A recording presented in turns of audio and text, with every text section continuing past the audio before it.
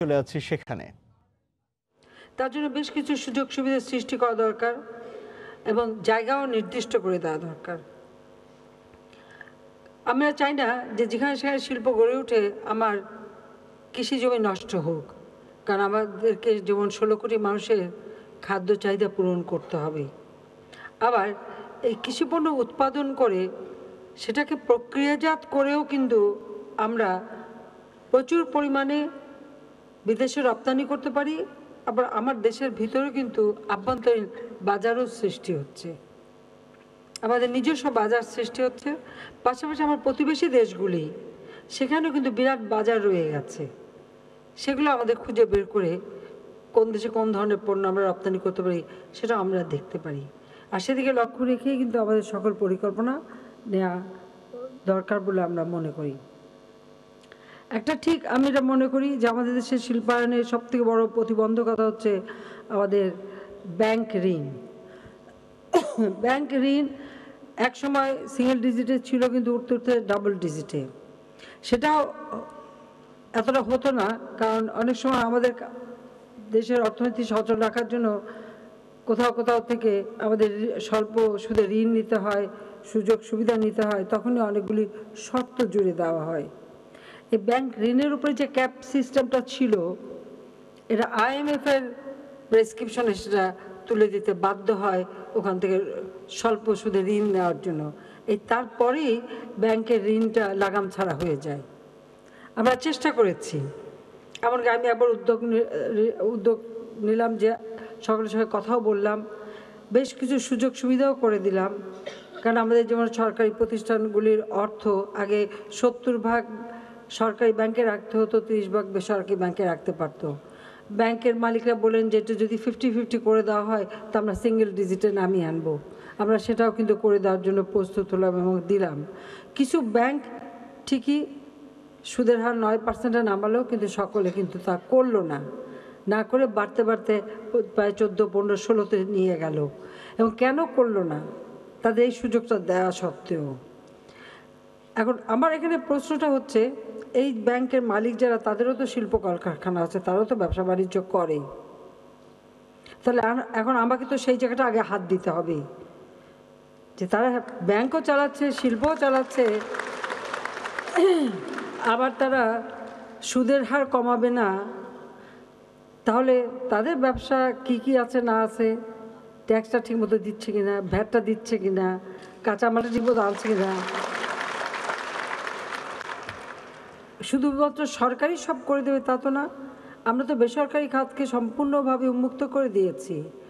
আমাদের সংবিধানের 13 অনুচ্ছেদে জাতির পিতা ইতিমধ্যে দিয়ে দিয়েছেন যে আমাদের অর্থনীতি হবে সরকারি খাত, বেসরকারি খাত এবং কোঅপারেটিভ।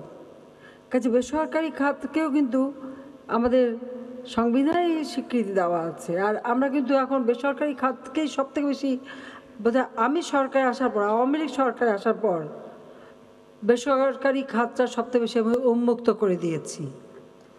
বিদ্যুৎ বলেন, বিমান বলেন, হেলিকপ্টার সার্ভিস আজকে অনেকে করে ব্যবসা করেন, আমাদের শিল্প কলকারখানা সব কিছু কিন্তু বেসরকারি খাত সম্পূর্ণ উন্মুক্ত করে দেওয়া। এই যে আমাদের মানে টেলিভিশন, রেডিও থেকে শুরু করে এমন কোনো খাত নাই যেটা বেসরকারি খাতে আমরা উন্মুক্ত করে দেইনি। যে সমস্ত খাত আপনারা একটু হিসাব করে দেখেন, 96 সালের আগে সম্পূর্ণ কেবলমাত্র সরকারের হাতে ছিল, আমরা সব বেসরকারি খাতকে দিয়ে দিয়েছি। কারণ আমরা চাই বেশি বেশি বিনিয়োগ হোক, বেশি বেশি আমাদের কর্মসংস্থান হোক, আবার দেশের মানুষ কাজ পাক। সেই কারণে সেদিকে লক্ষ্য রেখেই কিন্তু আমরা কাজ করে যাচ্ছি। আমাদের একটা সার্বিক হিসাবে আছে যে আমাদের দেশে প্রায় 78 লাখের মতন শিল্প কলকারখানা বেসরকারি খাতে আছে। তো সেখানে যদি প্রতি বছর একটা মানুষও যদি কাজ পায়, তাহলে তো 78 লক্ষ লোক তো কাজ পেল। তো তারপরও কেন আমাদের হচ্ছে না, সেটা হলো কথা।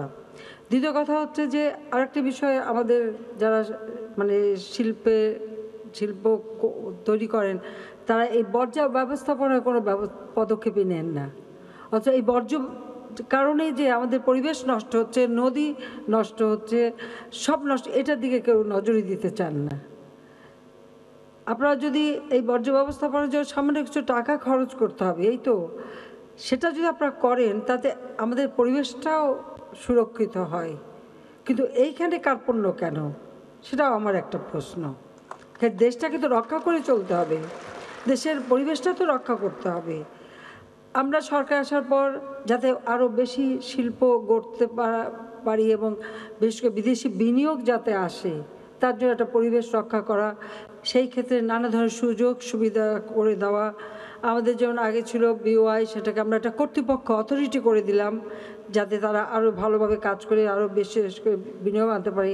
আমি যখনই বিদেশে যাই আমার সাথে বিশাল ব্যবসায়ী টিম নিয়ে যাই, আমি বলি আপনাদের পার্টনার খুঁজে নেন যে তারা এসে বিনিয়োগ করুক।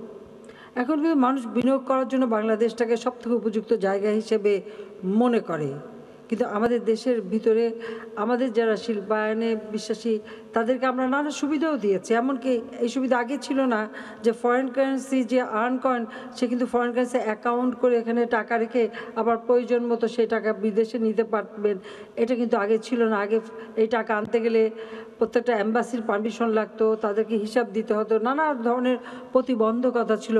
আমরা কিন্তু সেগুলি সব দূর করে দিয়ে সরাসরি একেবারে অ্যাকাউন্ট খুলে টাকা রাখতে পারবেন, আবার আপনার টাকা আপনি নিয়ে ব্যবসা করতে পারবেন, যেটুকু আনবেন সেটুকু নিয়ে যেতে পারবেন, সুদটা না কিন্তু টাকাটা নিতে পারবেন। সে ব্যবস্থাটাও কিন্তু আমরা করে দিয়েছি ব্যাংকে, সে সুযোগটা করেছে। আর তাছাড়া তো বিভিন্ন ধরনের বন্ডের ব্যবস্থাতে প্রিমিয়াম বন্ড আছে, ইনভেস্টমেন্ট বন্ড আছে, বিভিন্ন বন্ড সিস্টেমও করে দিয়েছি, আবার ফরেন এফসি অ্যাকাউন্ট করারও সুযোগ করে দিয়েছি।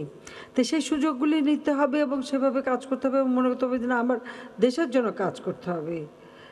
ব্যাংকের থেকে ঋণ নিয়ে ঋণ শোধ না দেওয়ার আরেকটা প্রবণতা, এই প্রবণতাটাও দূর করতে হবে।